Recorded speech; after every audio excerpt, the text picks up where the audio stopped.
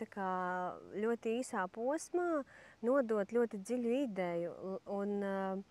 Jo sastrukturizētāk es to teikumu esmu salikusi, jo skaidrāk ir otrai pusē saprast, par ko tad vispār ir tas kakao un vispār tā ideja.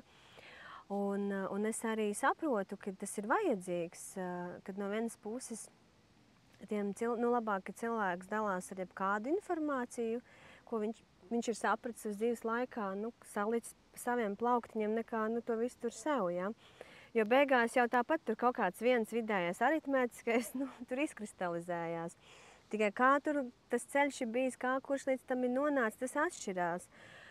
Bet redzi, to misticismu bieži vien viņu var saņemt lielākoties tikai kaut kādos video ierakstos, ja, vai klātienē. Tie ir tādi ļoti intīmi brīži, kas parasti nav tādi vienkārši. Ja. Vai arī jāprot cilvēkam ļoti skaisti to aprakstīt, kas bieži vien arī, es zinu, ka tas ir tāda arī neliela, tas liels, milzīgs talants, ka tad, kad cilvēks lasa to mistisko dziļo tekstu, viņam te ir kaut kam jāvibrē, te ir kaut kam jānotiek, ja? Un ne visi var tik dziļi un mistiski to informāciju nodot. Piemēram, mans Ziedonis nāk prātā, ja? Es atceros, ka es lasīju viņu dzēju, un pilnīgi te man kaut kas vibrēja, ja? Un redzi, un tad daudz ko arī nevar nodot ar loģiskiem teikumiem. No sevis arī zāle ir zaļa, ja, ka dažreiz tās ir dziesmas, dažreiz tā ir dzēja, ja, tā kā tu pati minēji iepriekš. Un ka tie ir tādi, tādi arī nevisai viegli struktūras, bet jāsaka, ka tas mistiskais, tas ir tas, kas ļauj cilvēkam izjust to dziļāku saikni, to dziļumu, to viedumu pašam sevī. Jo tas jau, ko viņš jūt otrā, tas jau ir tāds paša atspoguļojums. Un bieži vien arī man bieži cilvēki saka, ka viņiem ir sajūta, ka viņiem ar mani ir jāpasēž, jāpabū, jāparunā, un tad viņiem liekas, ka tā kā viņos kaut kāds dziļums atvērsies. Ja? Protams, ka mēs viens otram varam būt šī dziļā atslēga, un jāsaka, ka man šo dziļumu palīdz noturēt ikdienā ļoti viegli tieši kakao. Jo man liekas, ka kakao ir vispār tāds foršs instruments, kas tevi ieliek tajā mistiskajā, skaistajā, nezināmajā, varbūt pat kaut kādā tādā, līdz galam nesaprotamā stāvoklī, kas ir šis īstenībā sirds stāvoklis. Ja? Un no tā tu esi tādā bezrobežu pozīcijā, ka tu vari iet uz visām pusēm, kur tu gribi, kur tev ir jāiet tajā brīdī. Bet reliģijas atkal tur ir tāds, tā kā tur ir daudz visādi koncepti, noteikumi, struktūras, tu īsti nevari tā kā peldēt tajā visā. Varbūt tā ir pieredze, ko es neesmu saņēmusi ar reliģijām, bet tāds ir mans novērojums, kad jo smalkāk ir aprakstīti tie, tas viss tās nianses un detaļas, kas tev jāievēro, jo grūtāk tev ir rast to savu brīvību, to savu plašumu, to savu mistisko dziļo būtību tajā visā procesā. Jo tu esi tāds pakļāvīgs un tāpat laikā arī ļoti ierobežots. Tu nevari iet tā kā savā tādā plašumā īsti, ja, jo ir noteikumi. Un tas attiecās uz daudzām struktūrām. Psiholoģijas struktūrām arī turpat nav reliģijā baigi jāiet, ja mēs paskatāmies. Ārstiem ir savas vadlīnijas, ja. Visiem arī policistiem ir savas vadlīnijas, juristiem, un tu nevari īsti izkāpt ārpus tā sava tā skaistā, ieiet tajā, varbūt, kur tev dvēseli sauc, ja? Un tad ir bieži vien tie alternatīvie ceļi, ko cilvēki izvēlās. Un ar zemi, ja, mātes zemes to enerģiju, ar augu enerģiju vispār ir tā, ka tu lielākoties pa lielam esi tādā savā mistiskajā telpā, kur tu pats esi sev tāds noteicējs, un tāpat laikā tev ir uzticīgs un uzticams pavadonis, ja? Un tad ir jautājums, jau kurš kuru pavada, protams, laika gaitā, bet, man liekas, tas ļoti svarīgi ir arī par to mistisko pusi, tā kā ļaut sev būt savā tādā, nevisai viegli izskaidrojamā pozīcijā, ja? Jo, kā jau es teicu, ne visu mums ir jāizskaidro un jāprot izskaidrot ar vārdiem, jo ne visiem ir vajadzīgs tas. Dažreiz tu esot sēžot savā tajā dziļumā, tu jau to tā kā frekvenci arī izplati un parādi un atver tai pasaulē, kā rezultātā cilvēki dabiski uztver, ne tikai ar dzirdi vai ne tos vārdus, bet viņiem jau arī tās sirdis savienojās un enerģijas lauks ir kopīgs, kā rezultātā ir vieglāk komunicēt pat bez vārdiem. Un ceremonijās tas ir ļoti tā kā klasiski, tas ir tas visdziļākais tāds, es teiktu, pat sarežģītākais komunikācijas veids vispār. Bet tas ļoti dabiski pats atverās tajā brīdī, kad tu esi saiknē ar to savu dziļumu, tu esi saiknē ar tādu, ar to augu, tu esi saiknē pats ar sevi, ar saviem tiem dziļajiem ūdeņiem. Un, protams, lai tu būtu saiknē ar tiem dziļajiem ūdeņiem, tev jau jābūt saiknē ar tiem tumšajiem dziļajiem ūdeņiem, ja? Jo misticisms nekad nav kaut kas balts, skaists, tas vienmēr asociējas ar kaut kādu tumšu pusi. Un redz, mātes zemes enerģija pati pa sevi, viņa bieži vien ir īstenībā vienkārši tukšums un tumsa. Tas ir tas, kā es to esmu pieredzējusi un novērojusi savā ceļā. Protams, arī mātes zemes enerģijai ir daudz dažādu slāņi, daudz dažādu ķermeņi, kuriem tu izēji cauri un tu iepazīsti šo aspektu atkal no jauna. Un tu saproti, ka tas misticisms, viņš ir tāds arī dažāds tāpat laikā. Ne visiem visi cilvēki ir piemēroti, un tas arī ir ok. Jo ne ar visiem ir jābūt vienmēr pa ceļam. Un tas mans vienkārši tāds novērojums ir, kad, redz, lai cik es censtos kaut ko nodot caur vārdiem, protams, ir kaut kāds jau, kaut kāds atslēgas frāzes, kas cilvēkos aizķerās, bet galu galā tas ir stāsts par to enerģiju, kas nāk no šīs sirds, kas varās vaļā. Un bieži vien cilvēki jau nenāk uz vārdiem, bet viņi nāk uz to mistisko dziļo aspektu. Un tad vienkārši man pašai tāda filozofēšana ir tieši par to garīgi, par tām vadlīnijām un struktūrām, kas bieži vien to noslāpē. Un tā kā mēs visi ikdienā esam kaut kādās struktūrās, ja, vai kas ir darbs, vai, man, piemēram, arī, es esmu PVD, ja, es esmu vidu struktūrās, ja. Man ir tā, ka es nevaru ieiet ar savu misticismu un tagad kalkulēt grāmatvedību, ja. Kad ne visur tas der, un tad līdz ar to iedomājies, cik grūti mūsdienu sabiedrībā ir noturēt to savu dziļo pozīciju, to savu stāju, to savu mugurkaulu. Tāpēc daudzi arī, cenšas kaut kā no tā visa izkāpt un paši būt sev vadītāji, cerībā, ka ķipat tad būs vieglāk, bet tā nekad nav vieglāk, ja. Tā ir tāda ilūzija, tas vienmēr īstenībā, tas ļoti attīsta un audzina raksturu, bet es nezinu, es nevaru teikt, ka tas ir arī baigi grūtāk. Ir kaut kādi plusi un mīnusi, bet tas, ko es īstenībā gribu pateikt, ka tā mūsdienu, redzi, tā vide, viņa ir izveidota arī uz to, ka mums tas misticisms iekšēji, viņš netiek atbalstīts ikdienā.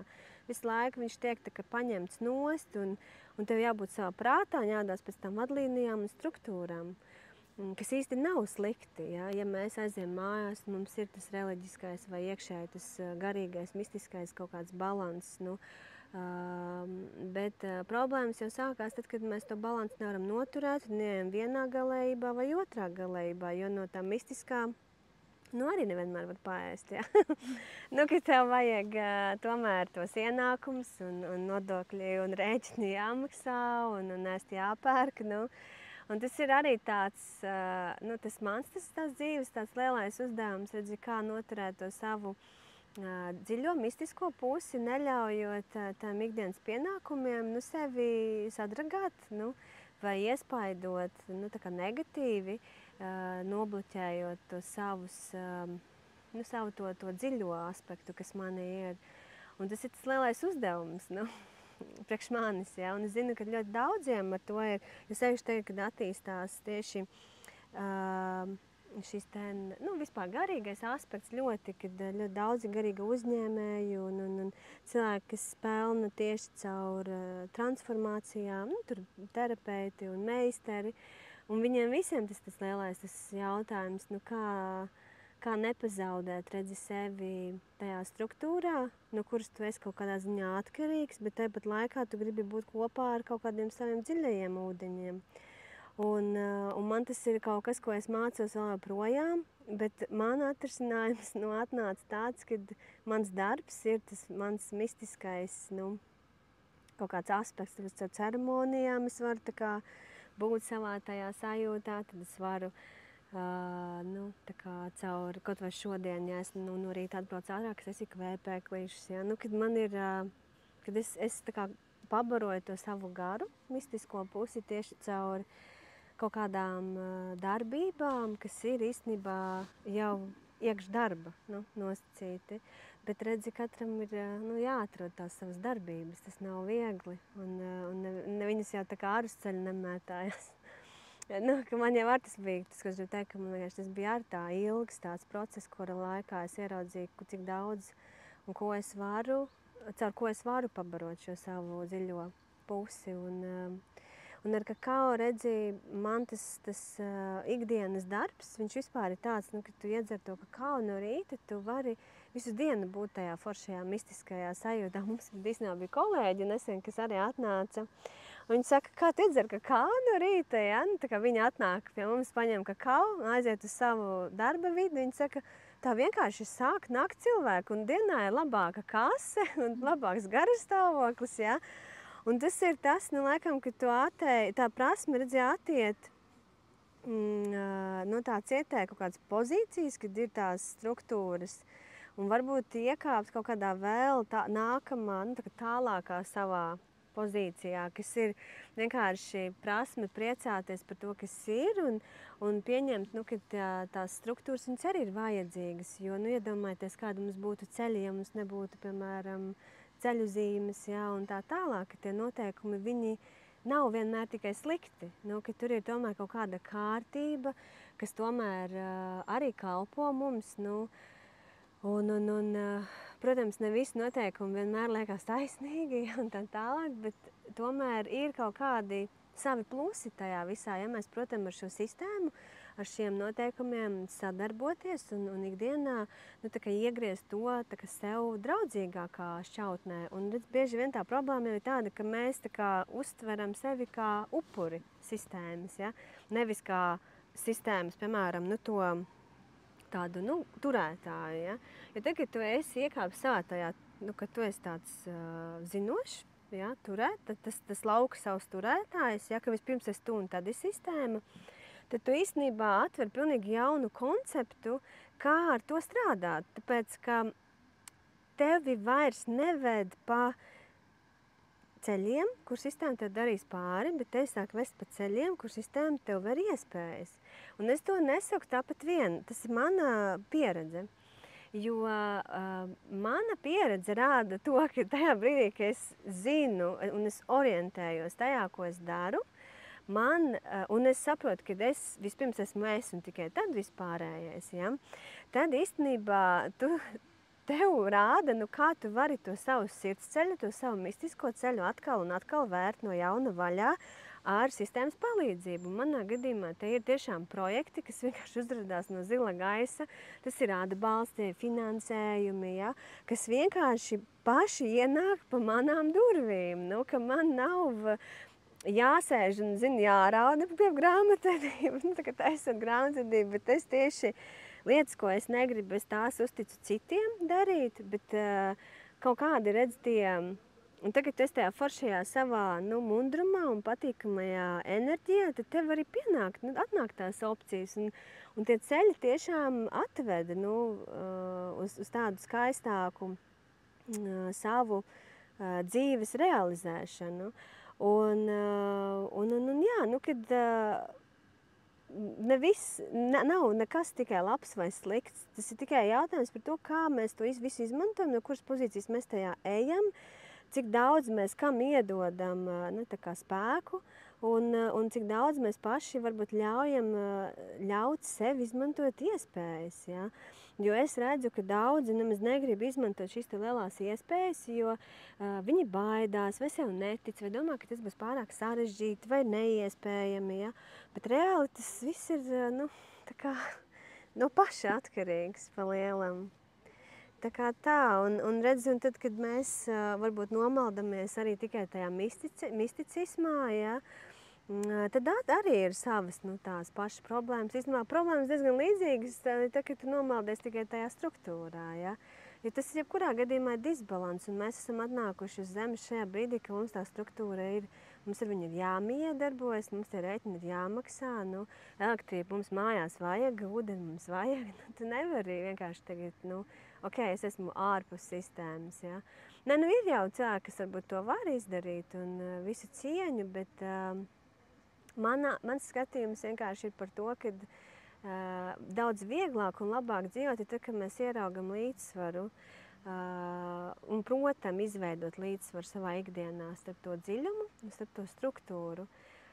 Un starp tiem vārdiem un starp to mistisko, mistērisko daļu. Jā, jo tā mistērija viņa ir ļoti svarīga dzīvē. Un viņa uztur tavu dvēselisko dzirksti un saikni pašam ar sevi. Un arī šādas sarunas ļoti vajadzīgas.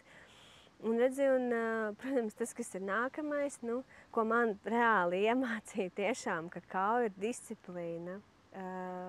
Vienkārši sevis disciplinēšana. Man bija tas, ka man tiešām bija jāņem plānotājs, un man bija jāsāk rakstīt, kur es veltu laiku, cik daudz es veltu saviem pienākumiem, ja, kas ir elektrības maksāšana, tur kaut kādu lietu darīšana, kas ir saistīta ar tādām vienkārši pienākumiem, ja, un kur ir tā mana dvēseles izpausme, tas mans radošums, tas mistiskais, kurš var būt, un tā teikt, bezmaz vai atdusēt pati savā sirdī, ja, tādā dziļumā. Un, un tad caur plānotāju es tiešām ņēmu un rakstīju, tur bezmaz vai 1 stunda tam, tur 3 stundas tam, un tad nedēļas griezumā tu jau pats saproti, cik daudz tu esi veltījis sev vai kaut kam vēl vai kādam citam. Un īstenībā tā ir ļoti tāda veselīga prakse, es teiktu, jo tu tiešām, es sapratu, ka es ļoti daudz laika atdodu citiem. Un es nesapratu, kur man viņš pazūd. Es atdodu laiku cilvēkiem, kuriem es pat pie īstam nebija vajadzīgi, kuri vienkārši ar mani sazinājās, tāpēc, ka viņiem bija grūti, nebija kam pačīkstēt. Un es redzēju, cik daudz es zaudēju laiku citos, kultivējot viņos varbūt pat ne tās labākās šķautnes, ja, kas ir čīkstēšana, tur tiešām tāda sūdzēšanās. Tā vietā, lai es, piemēram, paņemtu un aizietu un tagad kaut kur, iedzert kakao pie dabas un pakaifot tur viena. Ja. Un tas ir arī tāds savu robežu jautājums, jo tas plānotājs ļoti labi ļauj novilkt tās robežas. Tagad tu godīgi arī ierakstīs, kur tu stundu darīsi, ja? Klausīšos, kā man māsa man pārmet, ja? Tu sapratīsi, blīns, kas tajā stundā varētu darīt tik daudz visu kaut ko citu, ja? Kad tu saproti, ka tu uzņemies atbildību pats par savu laiku, par savu plānošanu, par to, cik daudz tu dod sev un cik daudz citiem. Un man tā bija nenormāli veselīga praksa tādā ziņā. Tā kā... jā. Es aizgāju no misticisma, no tā, cik skaidro, cik nē, uz balansu. Un atpakaļ uz struktūru, redzi? Tā kā, lai kā mēs varētu bēgt no tā, arī jebkas no mistiskās daļas, tas balstās struktūrā gal galā. Disciplīnā, konkrētās praksēs, ko tu dari, ja? Konkrētajos laikos un tā tālāk. Ka īstenībā tas nav viens no otra pat līdz galam atdalāms, ja? Jo, lai pat turētu būt tajā misticismā, tev ir tāpat vajadzīga struktūra. Un tas absurds, tas paradoks. Un tāpēc tas, no kā mēs pa īstam bēgam, ir reāli bailes no kārtības, no disciplīnas, no atbildības par sevi un savu dzīvi. Paņemt savu dzīvi rokās un vienkārši darīt tā, kā es vēlos. Protams, ne visi, bet tas tāds gala kaut kāds man secinājums ir izveidojies par to visu. Un tie, kas atkal uzņemās atbildību par sevi, par savu dzīvi, Protams, tur ir ļoti daudz arī tādi lielāki aspekti, kas ir kolektīvais lauks. Protams, Indijā, ja mēs runātu par disciplīnu, es nezinu, viņi to uztver savādāk. Bet arī tur būtu stāsts galā par to, ka visas garīgās prakses balstās disciplīnā, ka tev ir jātaisa katru dienu 5 līdz 15 minūtes, piemēram. Ja? Un tāpat laikā ir jātirgo paklāji paralēli, ja? Piemēram. Un tas ir tas, kad arī tempļos, ja, arī ir sava struktūra. Katru dienu, tu, piemēram, 6 no rīta lūkšanas un 6 vakarā lūkšanas. Ja. Nav tā, ka viņi tur pārceļ, šorīt nebūsim, ja. Labi, pagulēsim ilgāk. Tas tā arī nenotiek. Tāpēc arī klosteros un tempļos tur ir ļoti strikti noteikumi, kas patiesībā ļauj varbūt to misticismu pat tā kā kultivēt un vieglāk, pieskatīt, pieskatīt, nezinu, kas pa vārdu varētu būt tāds, dzīvot tajā visā vienkārši kā dabiskā procesā, kur tu pats esi izvēlējies būt, nevis dzīvot tā kā, man tur kāds atņem laiku vai man tur kāds nozog kaut ko, tā tas nenotiek. Tu pats visu atdod citiem. Un tad ir tās lielās problēmas, ja? Kāpēc mēs uzdodam sev nepareizos jautājumus, ja? Bieži vien, un tāpēc mēs apmaldamies. Ja mēs jautājam tur, maz vai nevis tur, kāpēc, piemēram, ja? mēs sev prasam, kāpēc man tur, piemēram, nezinu, tās pieņemsim tā paša māsa, ja? Kāpēc man tā māsa atņem tik daudz laika tā vietā, lai paprašītu sev, kāpēc es pats neuzņemos atbildību par savu laiku un nevadu viņu tā, kā es gribu, Jo neviens jau neko tā nevar atņemt pa lielam no savas tā laika kapsulas, tā teikt. Visi ir mūsu pašu darbību rezultāti un atbildība un vēlme iniciēties, piedalīties arī tajā dzīves tādā veidošanā. Tas ļoti sasaucās ar to sajūtu, ka agrāk arī joprojām ir tā, ka gribās to brīvību. Man liekas, ja man tas kalendārs būs pilns un ar saviem kaut kādiem plāniem, darbiem, tad es nebūšu brīva, es būšu sevi sasaistījis, ielikuši rāmos. Bet no otras puses, tad, kad tas kalendārs ir tukšs, tad tas laiks aizpildās varbūt ar strīdiem, varbūt ar kaut kādu uzklausīšanu vai darīšanu to, kas vienkārši, ko tajā brīdī pieprasa kaut kāda apkārtne, tad tu neesi īsti brīvs tāpat. Jā, jo tu reaģē uz ārējiem impulsiem vai iekšējiem instinktiem kaut kādiem. Jā, sanāk tā brīvība. Vai noskaņu kaut kādu. Jā. Redzi, tā, kad tev ir disciplīna, tu nevari tā kā, nevari atlikt savu ikdienu. Man patīk viena tāda tur arī sieviete, kas tad, miljonāri, viņa arī interesanti parasti raksta, viņa saka, tā kā, neņem galvā savu to noskaņu, vienkārši seko savam plānam. Un tas ir tā kā, ja tu gribi sasniegt kaut kāds tiešām liels, apjomīgs lietas dzīvē, tu saproti, ka tu nevari, piemēram, šodien es jūtos miegains, es iešu pagulēt, ja? Tā tu nesasniegs kaut kāds lielos tos mērķus, ja? Ja tu visu laiku ļausi savai iekšējai kaut kādai noskaņai ietekmēt kaut kādas lielas lietas, liels mērķus, ko tu vēlies sasniegt. Un tā brīvība, viņa jau īstenībā rodās tad, kad tu sevi nolauz tās lietas, kas tev liek bremzēt, kaut kādā ziņā, vai iet pretrunā ar sevi, jo bieži vien redzi, kur tā brīvība pazūd, ir mūsu uztverē, ka kāds mums viņu ir paņēmis, vai mēs esam kaut kur viņu zaudējuši, bet brīvība ir pozīcija, kuras var izvēlēties no šodienas būt. Visu, un es teicu, esmu brīva. Jo brīvības, mans tāds koncepts, es kā to saprotu, brīvība ir kaut kas, ko es izvēlos pati. Tad vai nu es esmu zem kaut kā, ja, vai es esmu virs kaut kā. Ja? Un es vienkārši saprotu, ka neviens man nevar īsti uzkāpt un piespiest mani kaut kādās lietās, ka man ir brīva izvēle atteikties, nedarīt. Ja? Bet tur arī ir tāds bišķīt moments. Man patīk vienreiz mans tāds skolotājs bija, viņš saka, pieņemsim, iedomājieties, ka jums, nezinu, tur piemēram pieder dzīvoklis, ja?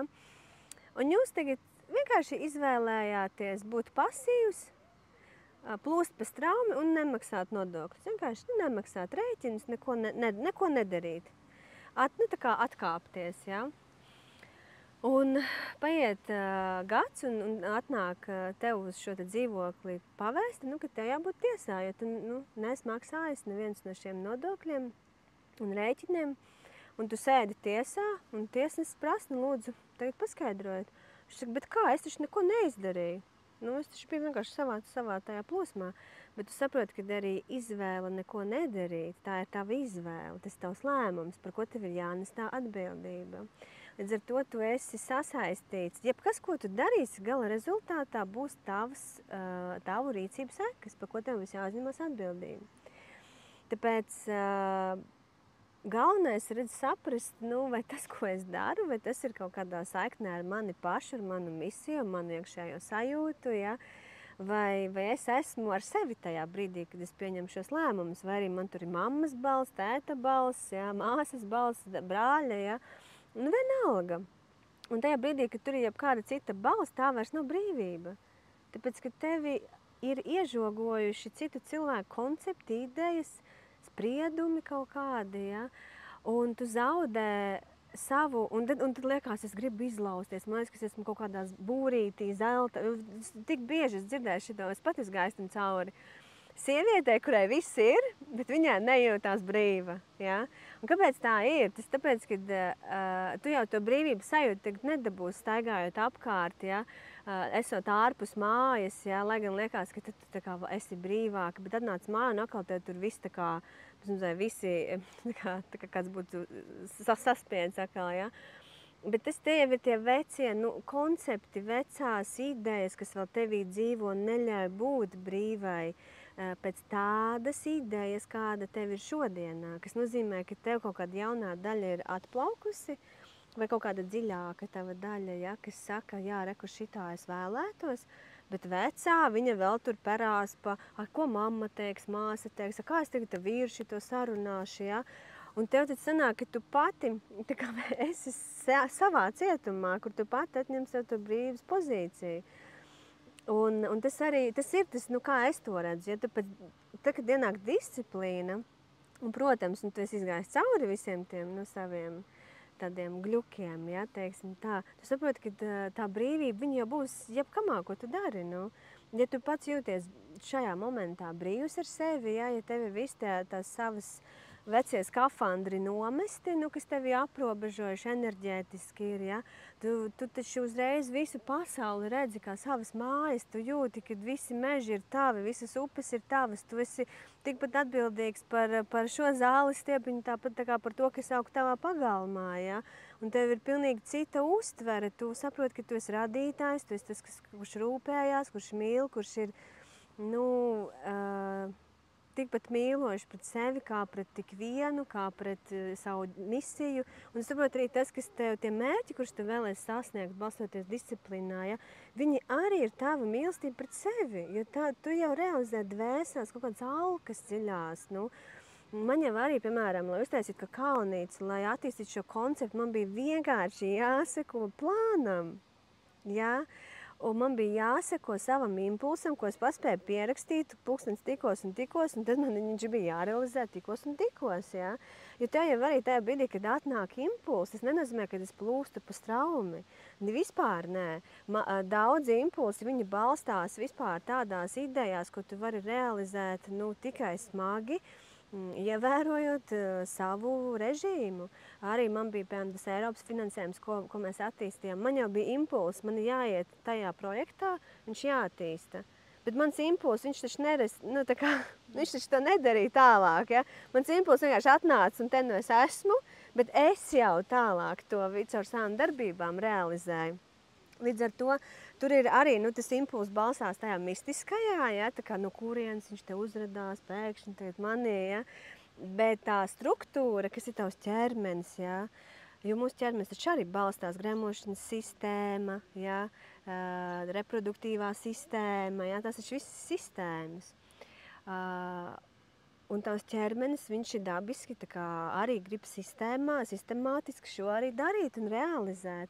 Un tajā arī interesanti, tas bija, es arī pētīju šo konceptu par sistēmu kā tādu. Man atnāca arī tāda interesanta atbilde vēl par to, ka tajā brīdī, kad cilvēks noliedz kaut kādas sistēmas kā tādas, nu vispār to ideju, ja? Un viņš grib dzīvot tikai kaut kādā mistiskajā pozīcijā, viņam īstenībā sāk parādīties veselības problēmas. Ķermenis, tāpēc, ka tagad tu ar prātu gribi kāpt ārā no tām sistēmām, ja, tu sāc ieraudzīt, ka tavs ķermenis ir vesela sistēma. Un tad ir tā kā jāpieņem tas lielais lēmums, ja, un tad bieži vien cilvēka ķermenis, viņš pat sāk tā kā streikot kaut kādā ziņā, ja, jo tu ieraugi, kad tu tā kā noliedz sevi šo sistēmu kaut kādu, ja, un tad pēkšņi ķermenī, piemēram, gremošanas sistēma sāk atteikties. Ja? Un tad tas ir tik interesanti, kā tavs ķermenis dažreiz reflektē uz to tavu domāšanu. Ja? Un pat cilvēku dizainā ir viena atslēga, kas par to runā ļoti dziļi, kā mēs, mums dabiski cilvēki, mēs esam nākuši, lai atteiktos no visām šīm sistēmām arī, bet kas pamatā ir īstenībā ķermeniskā sistēma. Ja? Mēs šobrīd vienkārši cīnāmies ārpusē kaut ko, kas notiek mums iekšienē visiem. Tas ļoti dziļi un sarežģīti, ko es tagad vispār runāju, bet es ceru, ka sanāks uztvert.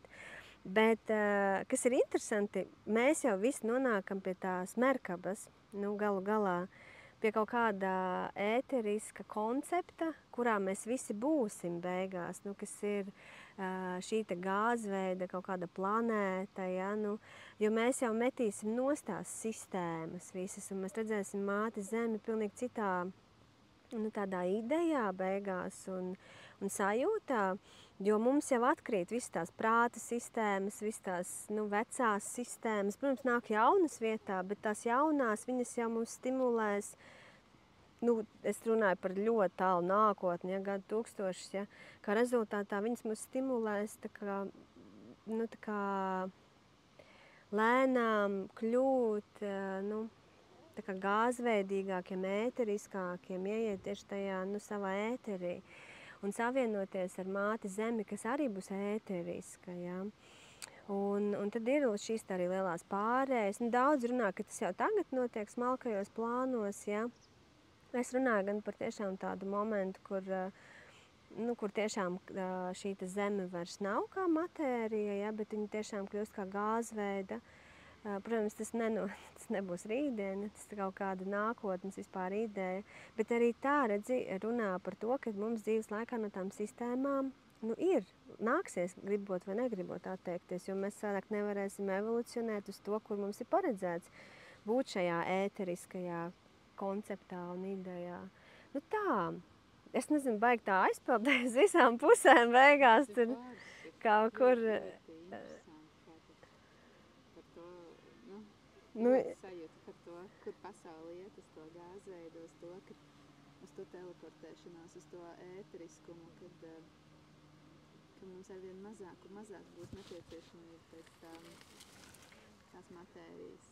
Jā, ka mēs laikam paliksim tajā mistiskajā, tajā, dziļumā, tajā visdziļākajā savā dziļumā, galu galā, jā. Un no tām sistēmām tāpat atteiksimies. Līdz ar to, cik tas laicīgi notiks, jā, vai mēs to izdarīsim, es nezinu, cik tas ir reāli, ja mēs šodienā to izdarām ar prātu, jo redz, mums ir vēl ķermenis. Tāpēc es nezinu, cik veselīgi ir cilvēkam, protams, ja viņš prot ar sevi paralēli strādāt un ar savām ticībām un pārliecībām, varbūt tas var būt veselīgs process, kur viņš atsakās pilnībā no sistēmām. Bet es nezinu, kā ķermenis to reflektēs ilgtermiņā. Ir kas mēģina tos pašus ēšanas, ja, izaicināt savu ķermeni, nezinu, cik ilgi bez ūdens, cik ilgi bez ēšanas. Un tad, tā kā bez mazliet testē, kā tas būtu. Jā. Varbūt tās tā apziņa kaut kur jūt, ka tas ir tas ceļš, uz kurieni pamazām mēs ejam, bet ne jau vienas dzīves laikā tas tā notiek. Jā, es arī zinu, daudz cilvēku, kas atsakās no tās ēšanas, un tas arī ir tāds interesants ceļš, bet es to vairāk redzu kā eksperimentu. Es to neredzu kā kaut ko, kas ir, ilgtermiņā, kā tu vari nostabilizēties un kā tu vari palikt. Tā kā, nu, es to redzu kā kaut kādu ceļojumu, nu, ko es pamēģināšu. Es aizbraukšu, paceļošu tur uz 3 nedēļām, bet es tāpat atgriezīšos nu, tā kā pie pamata, kas ir tā ēšana un tas pieredzējums. Tāpēc tas viss ir tāds, nu, manā skatījumā vēl tāds eksperimentāls, jā. Lai gan, nu nezinu, es esmu dzirdējusi, kad ir daudzi, kas tā kā nēd un šo te sistēmu, gremošanas sistēmu, nu, tā kā nekultivē, nededzina, nu, tā kā to iekšējo uguni, ja. Un es nezinu, nu, kā tas ir. Es pati neesmu ar to baigi tā aizrāvusies un tā mēģinājusi, ja. Jo man sistēma ir draugs. Man viņa nekad nav bijusi kaut kas, ar ko gribu izaicināt, rotaļāties, nu, tā kā spēlēties, man tas drīzāk kā kaut kas, ar ko grib sadraudzēties, kā rezultātā varbūt arī pārvaldīt pati, nu, savā dzīvē. Un tas arī redzinu, nu, kā kuram, jo kāda mums tā attieksme ir subjektīvā uz šīm lietām. Un, protams, ne visur arī pret sistēmu tā cīnās, jo, piemēram, es zinu, ir ASV, kāds bija Austin, Teksasa laikam, jā, tur, piemēram, cilvēki arī brauc ar Poršiem, jaunākajām mašīnām, atlido ar saviem privātajiem helīšiem, bet viņi visi pārstāv spirituālo pusi, garīgo konceptu. Viņiem pilnīgi tā kā garīga pilsēta kopiena izveidojusies, ja? Bet viņi visi ir bagāti. Un zinu, kāpēc? Tāpēc, ka tie ir galvenajā mītnē, un tur ir visi karogi. Visi štatu karogi, ieskaitot nu, pašu Teksasas, ja, un pašu ASV karogu, jo viņi dabūna finansējumus un atbalstu. Viņi var piedāvāt daudz bezmaksas garīgas prakses, ko finansē valsts. Un tas ir tas līmenis, par ko es runāju, ka tu vari piedāvāt savai kopienai bez maksas, paņemot no sistēmas. Un tu jau kaut kādā ziņā arī visu laiku tai sistēmai dod to nodokļu naudu, līdz ar to tas ir kaut kas, kas arī tev pienākās. Bet tev ir jāsasmaļās tā drosme un jāprot pareizi palūgt. Nu. Un redzi, viņiem tā kopiena tādā ziņā ļoti attīstīta, jo viņi prot paprasīt. Kas latviešiem ir? Nu, vai es tiešām varu tur? Latvieši pērās, cīnās, sitās, bet viņi neprot tā kā reāli palūgt, nu, tā kā pareizi, tā, lai viņi saprot. Un, lai pareizi runātu ar sistēmas valodā, man bija jāmācās šī valoda. Man bija reāli jāiemācās runāt viņiem saprotamā valodā. Ja tu zini, es jau arī biju tāds, tā kā cipelnēties bišķīt, nu, sākumā. Un viss jau ir ok, es arī saprotu, kāpēc, nu. Bet man ir arī, saproti, jāpielāgojās. Tas man būtu baigais egoisms, ja es nepielāgotos. Un tagad jūs tikai pa manām, jā, tagad šeit. Tas arī nebūtu pareizi. Un mums, redz, tas vidusceļš ir tas tā kā viņi izdarīja. Nu, viņi atrada to vidusceļu, un viņi tagad var piedāvāt savai pilsētai tik daudz bezmaksas krūtis piedāvājums, kas attīst. Cilvēkiem nekas nav jāmaksā, viņi var iet bez maksas uz dažādām praksēm un attīstīt saikni ar savu garu.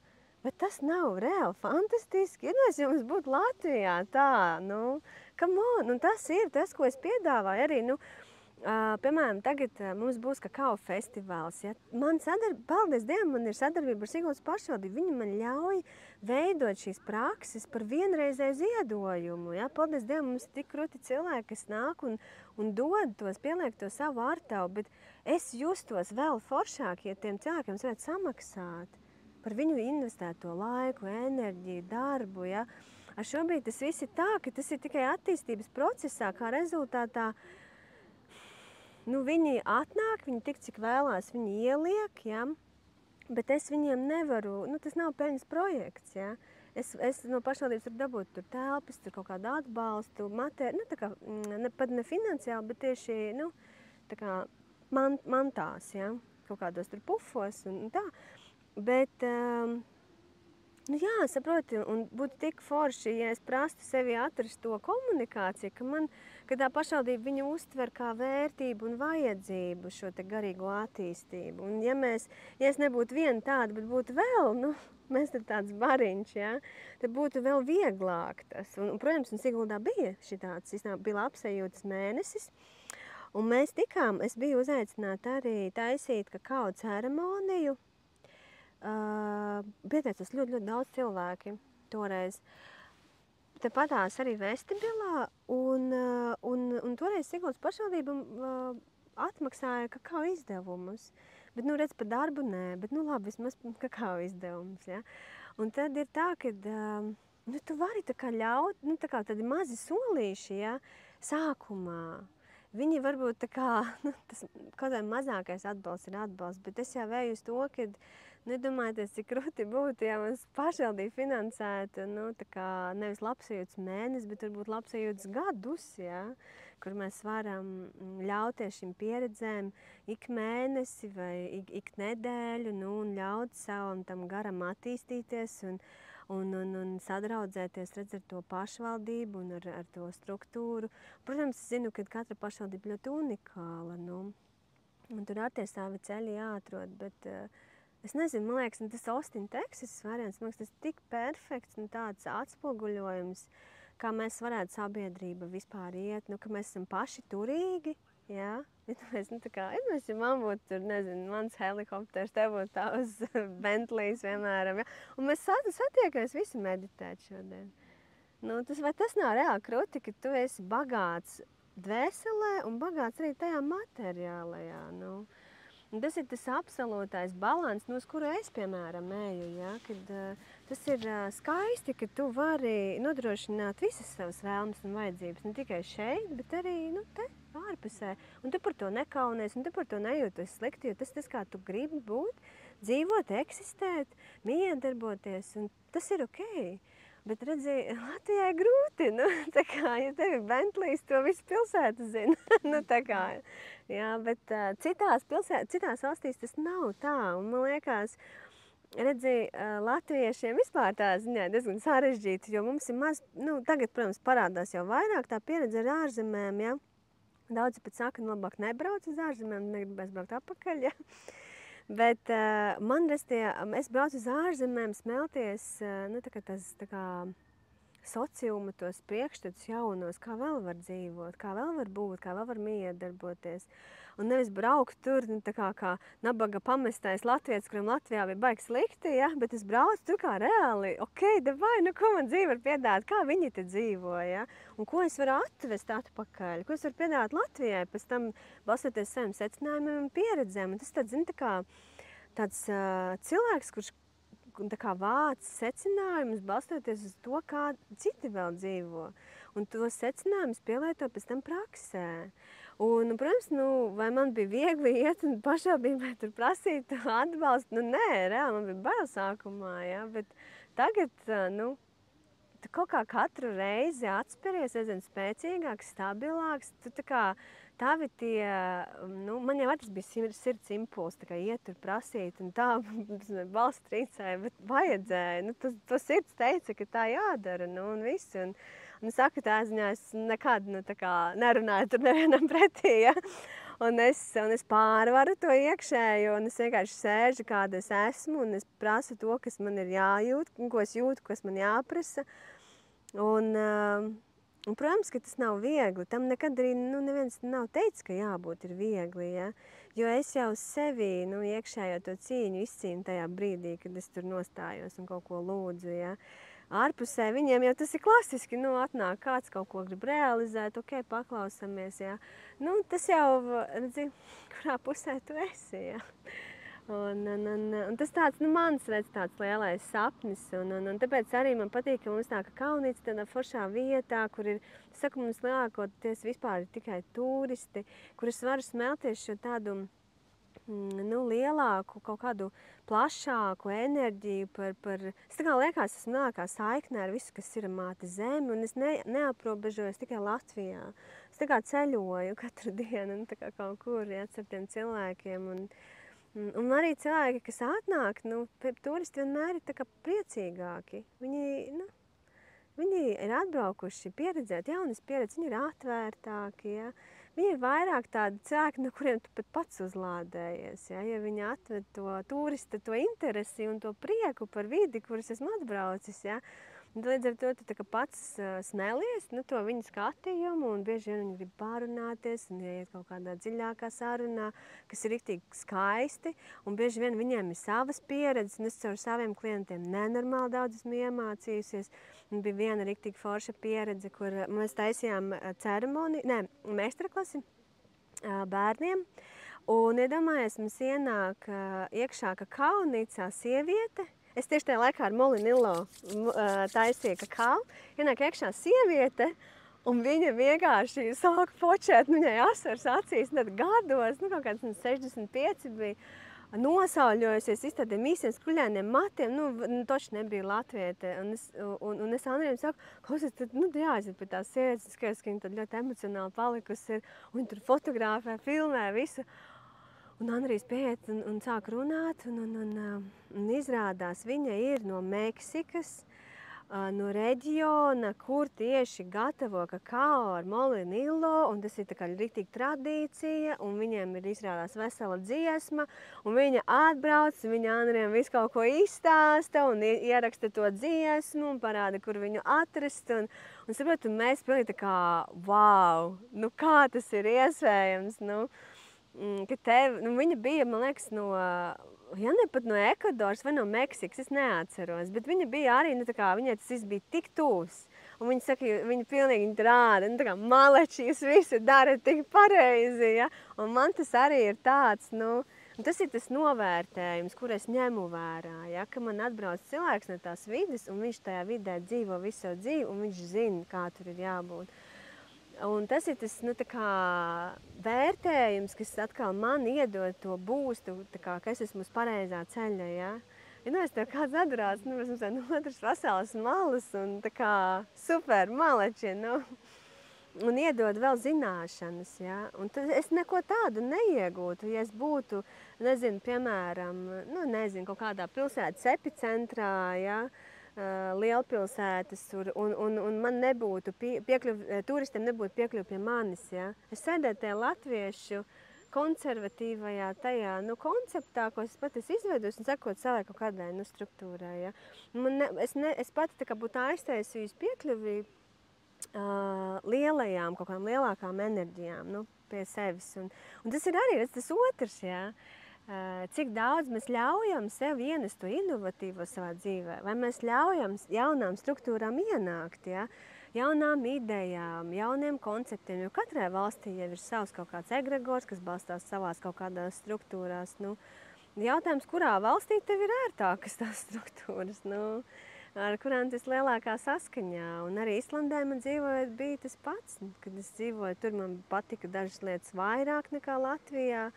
Un atkal Latvijā man patīk dažas lietas vairāk nekā Islandē, bet, nu, tas ir tā struktūra, nu, tā valsts, kurā tu ieej, un tad jau tu tālāk skaties, nu, ko tu gribi no tā paņemt līdzi un ko nē.